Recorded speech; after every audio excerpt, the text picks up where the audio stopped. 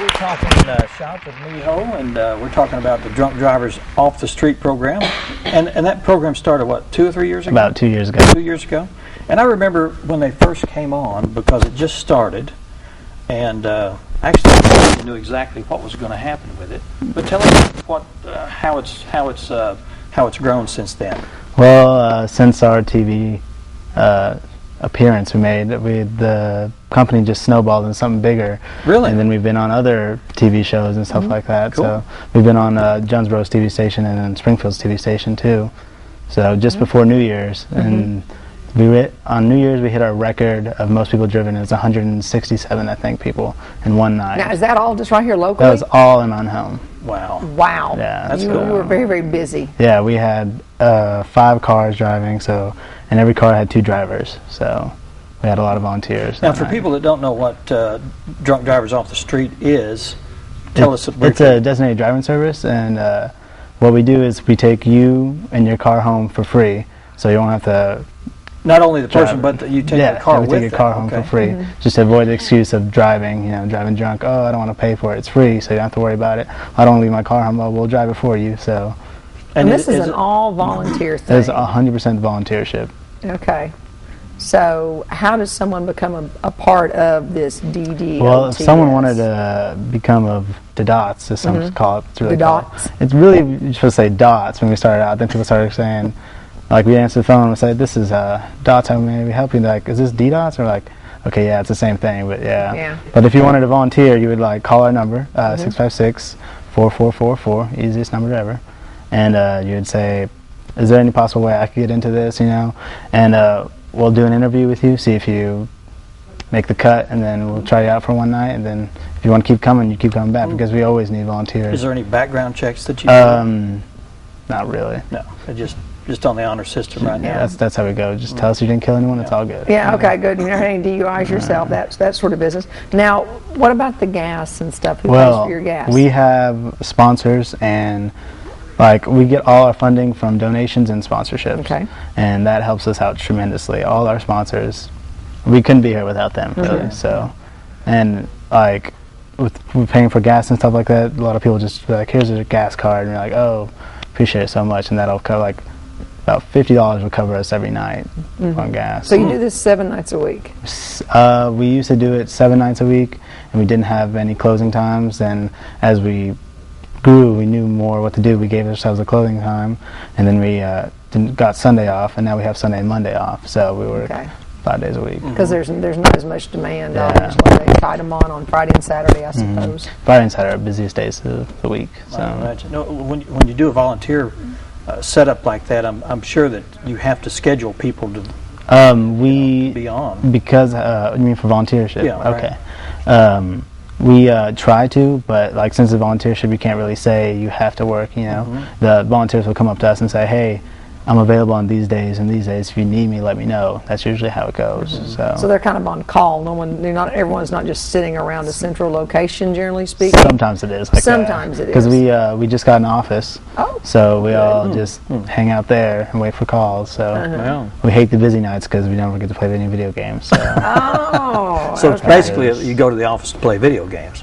I wouldn't say that, but there's downtime, Dan. What they're supposed to do with their downtime. If we ever get downtime. If you ever get downtime. Well, what brought on this brainchild? Well, Philip Walker, the one who started it, me and him back in high school, it's 3 years ago or something like that. He asked me, he's like, hey man, I'm thinking about starting a business, and I was just wondering if you want to do it with me. This is a not-for-profit business. It's not actually starting a business. He's starting a service. Yeah, exactly. And I was like, well, what are you talking about business? He's like, well, we're going to drive drunk people home and their car for free. And I was like, are you crazy?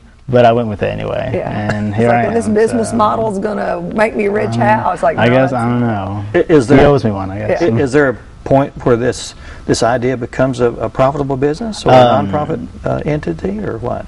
We don't know. We just want to get it national, and we want to get everyone to know about it. A lot of people in Mount Home know about us. Yeah. And we want to. And there's people in Jonesboro that's heard of us, and Fayetteville that's heard about us, and we want to. Now, how do you service Jonesboro? I mean, is there a setup over there? Or? Our next plans is moving bigger, so either Fayetteville or Jonesboro would be our next places. Which this is Mount Home is our hamster, if you want to call it, where we're testing and see how things go, and then Is once that hamster on a wheel? maybe it depends.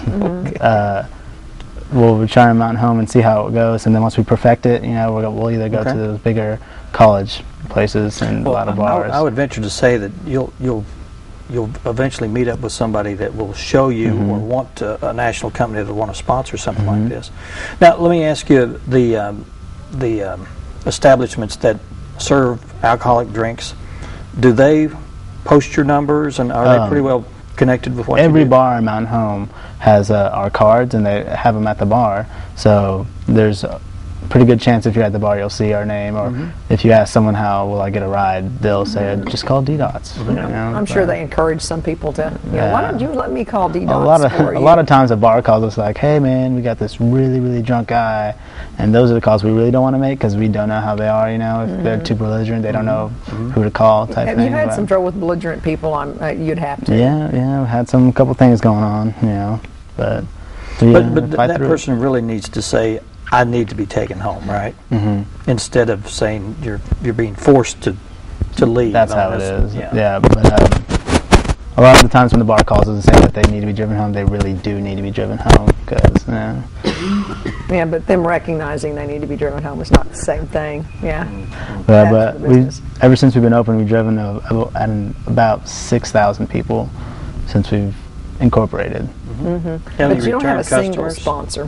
Oh, go ahead. Okay. I was just asking about a single sponsor. That, like, is there not a church or anything like that you're affiliated with, or something where you get a lot of support, or is it just kind of come in? It's just like how it is. Kind of stuff? We have I think 13 main sponsors that sponsor us every month, and that helps us fluctuate our bills because we have the stuff to pay for, gas, insurance. It's crazy insurance. It's more expensive than anyone else's insurance. So, and then we have that coming in, and then the donations makes a big help with all that. So now, do they take donations straight to the office, or do you have a bank account around town people could just donate to? We have a PayPal account. Okay. If you were wanting to donate. Do you have a D-Dots website? Well, we do actually. It's called ddotsnow.com. And you just go there. Now. Yeah, it's a pretty cool website. Okay. And for more donation, what we do on Wednesday next week, we're having a Chili's partnership deal where 10% of what they make throughout that whole day goes to us. So. Wow, that's good. That's good. So how many quote-unquote official employees do you have, like yourself, who devote yourself full-time to this? Well, I'm still a volunteer. You're still, I realize not anyone's paid for. I know no one's paid for this, but there has to be someone who organizes it. As Phil Walker is he's the head honcho. I He's still say. the head honcho. But how many days a week you work for him, Meho? I volunteer with him for, I'd say about 4 times a week if I get time away from school and class and stuff like that. And time away from World Civ class. And homework that I'm not doing. Homework, that World Civ class. Yeah. Love that class. Oh, wonderful. It's a great organization. Well, very giving. It's more giving than most organizations. Now, I know people like, you do this for free? Wow. Yeah. I'm very impressed. A lot of people go crazy. When we tell them it's free, they're like, it's not free. We're like, okay, we're kidding. It is. And most nonprofit organizations have a budget. And, budget. They have officers that are paid and all that stuff. Yeah, hopefully someday. Well, hopefully, hopefully someday. Maybe there's somebody out there that's watching that's has a corporate entity or would like to help get involved with this ground floor operation and maybe turn it into something that's at least will pay the people that work there some kind of funds. That'd be nice. Let's see. So there's like 3 or 4 of you that are the main people that work this. Philip, then me, then Damien. And are any of you old enough to drink legally? No.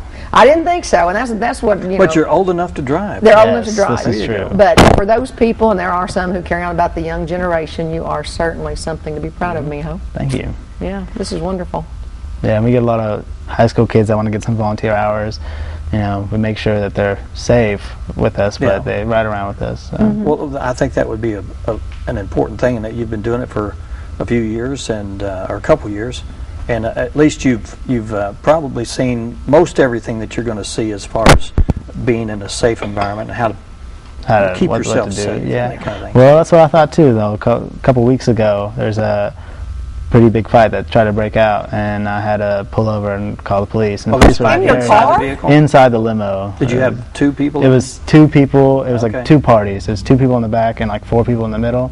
It was 2 against 1, and Oh, boy. I had to pull over and call the Oh, cops. boy. And they were very nice and helpful. So, Oh boy. That's good. Yeah. Your safety's first. of course. Oh, Yeah. no, I'm serious. I mean, you Yeah. really have to be in a safe environment, and if it's not safe, you don't take anybody. Yeah.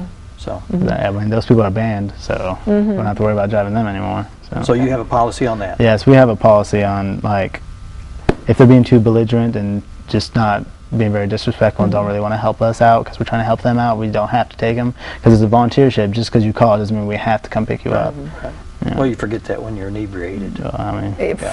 I think the first thing that they need to be grateful.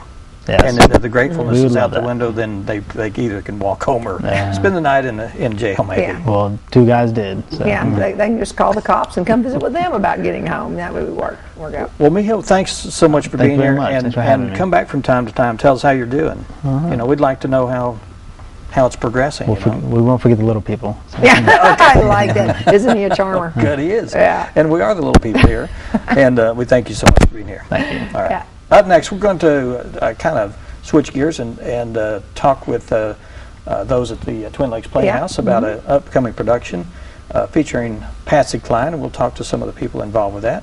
And if you're lucky, we'll hear a couple of songs out of it too. We're going to hear a couple of We songs are. out of it, yeah. Stay with us. We'll be right back.